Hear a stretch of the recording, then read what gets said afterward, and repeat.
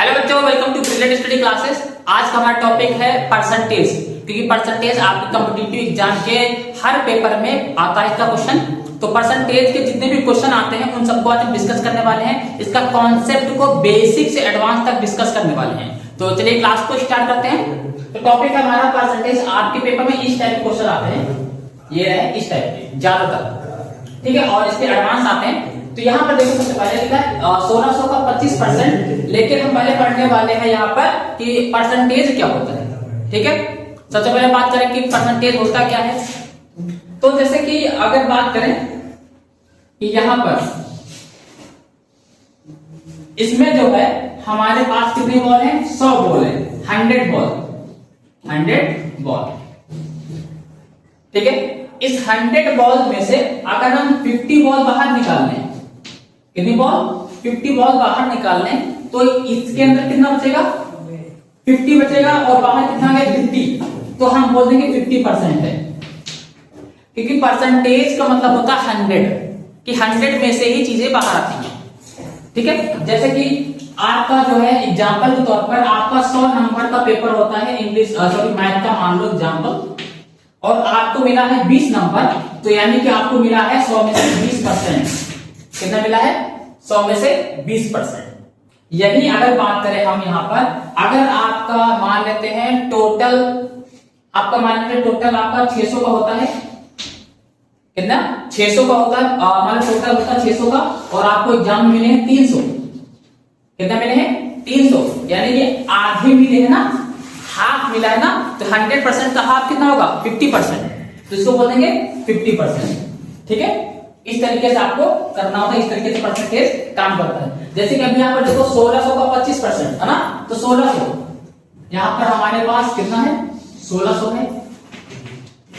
ठीक है, बिना फॉर्मूले कर रहे हैं, 1600 है, 1600 का 25%। अगर हम 1600 को 4 पार्ट में डिवाइड कर दें, 4 पार्ट में, 4 इक्वल पार्ट में, इसको अगर 4 पार्ट में डिवाइड कर दें बराबर भागों में, तो आपको क्या मिलेगा, हर एक पार्ट में 400 मिलेंगे, 400 400 400 400। ठीक है, यहां से हमने क्या सीखा, हमने यहां से सीखा कि अगर 1600 को 4 पार्ट में डिवाइड करेंगे, 4 पार्ट में डिवाइड करेंगे, तो हर पार्ट को 400 मिलेगा।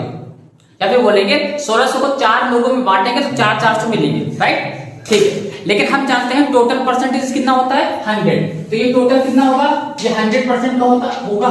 ठीक है, कितने परसेंट होगा, 100% होगा। अगर 100% को 4 पार्ट में डिवाइड करेंगे, 4 इक्वल पार्ट में डिवाइड करेंगे, तो 100% को अगर 4 पार्ट में डिवाइड करेंगे, तो हर एक पार्ट में कितना परसेंट होगा, 25%। हर एक पार्ट में 25% होगा, तभी तो 4 पार्ट में डिवाइड करें, 25 25 25 25 कितना होगा आपका 50%, मतलब सॉरी 25% हर एक पार्ट में। ठीक है, तो इस तरीके से आपका ये काम करता है। तो इस तरीके से अगर आपको बोला जाएगा, तो यहाँ पर 1600 का 25%, तो 1600 का 25% कितना आ जाएगा, 400 आ जाएगा। ठीक है, लेकिन इस तरीके से नहीं करना। ये मैं क्यों करा रहा हूं, यहाँ पर कॉन्सेप्ट समझाने की कोशिश कर रहा हूं कि परसेंटेज काम कैसे करता है, परसेंटेज होता है। ठीक है, राइट। अब क्वेश्चन पे आते हैं। अभी हमारे पास क्वेश्चन क्या है, 1600 का 25%, राइट। तो इसको करने का तरीका बिल्कुल आसान है। 1600 लिखा है, 1600, और का मतलब क्या होता है, मल्टीप्लाई। ठीक है, का मतलब क्या होता है, मल्टीप्लाई होता है। तो यहां पर लगा देंगे मल्टीप्लाई, और ये 25 है। ध्यान से देखिए, 1600 का मतलब मल्टीप्लाई, और ये 25 लिखा। परसेंटेज का मतलब होता है अपॉन में 100। ध्यान रखना, का मतलब मल्टीप्लाई और परसेंटेज का मतलब अपॉन में 100। ठीक है, देखो 1600 का मतलब मल्टीप्लाई, 25 मतलब 25, और परसेंटेज मतलब अपॉन में 100। अब देखो यहां पर इसका इससे काट के एक जीरो से एक जीरो कटा, फिर इस जीरो से ये जीरो कटा, हमारे पास क्या बचा है 1600, और क्या बचा है 25। इन दोनों को गुणा कर देंगे, 1600 का 25 से गुणा कर देंगे, 400 आ जाएगा। करके देख लीजिएगा।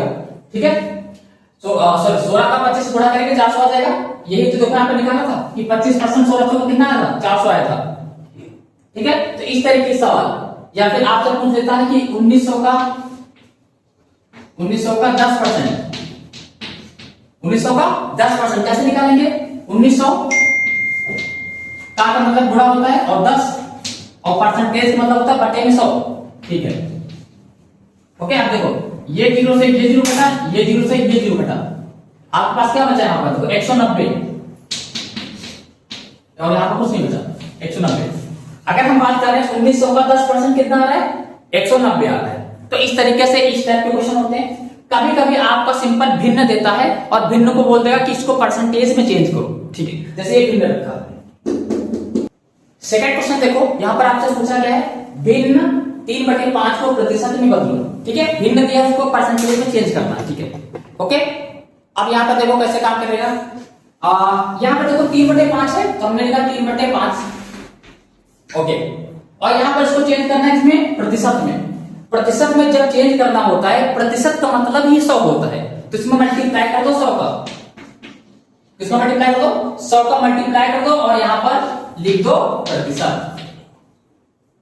क्या करो 100 का मल्टीप्लाई करके प्रतिशत लगा दो, क्योंकि प्रतिशत में बदलना है, ध्यान रखना। 100 का जो भी क्वेश्चन दिया है उसमें 100 का मल्टीप्लाई करके प्रतिशत लगा दो, ठीक है। आप इसको हल करो। यहां पर देखो 5 एकम 5, 5 दूनी 10, ये 0, 20 हो गया, और 20 पूरा 3 से करेंगे 20 दिया 60% आंसर। बिल्कुल आसान है ना। यानी कि जब भी आपको भिन्न दिया हो प्रतिशत बदलना तो 100 से गुणा करके प्रतिशत लगा दो और हल कर दो, 60% आ गया, ठीक है। अब यहां पे देखो 60% दिया, इसको भिन्न में बदलना है, उल्टा। कभी कभी आपको भिन्न देता है प्रतिशत बदलने के लिए, कभी कभी प्रतिशत देता है भिन्न में बदलने के लिए। अब यहां पर आपको क्या दिया है, यहां पर आपको दिया है प्रतिशत, इसको भिन्न में बदलना है। कितना दिया 60%, कितना दिया 60%। और हर नाते प्रतिशत का मतलब होता है बटे में 100, मैंने बता रखा बार बार। प्रतिशत का मतलब क्या होता है बटे में 100। आप देखो यहां पर ये 0 से ये 0 घटा, अब 2 3 6 2 25 10, कितना है 3/5, कितना आ गया 3/5, ये आंसर।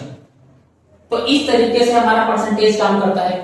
परसेंटेज में हमने क्या सीखा है, परसेंटेज में हमने ये देखा कि भाई परसेंटेज जैसे 1600 का 25%, 2000 का 20%, या फिर किसी भी नंबर का परसेंटेज निकालना होगा तो क्या मतलब मल्टीप्लाई होगा, परसेंटेज मतलब अपॉन में 100 होता है। और यहाँ पर हमने भिन्न से प्रतिशत में बदला और प्रतिशत से भिन्न में बदला।